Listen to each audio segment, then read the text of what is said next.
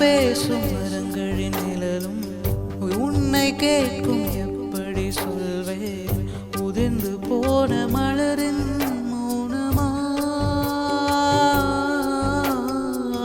தூது பேசும் கொலுசின் மொழியை அறைகள் கேட்கும் எப்படி சொல்வேன் உதிர்ந்து போன வளையல் பேசுமா உள்ளங்கையில் வெப்பம் சேர்க்கும் விரல்கள் இன்று எங்கே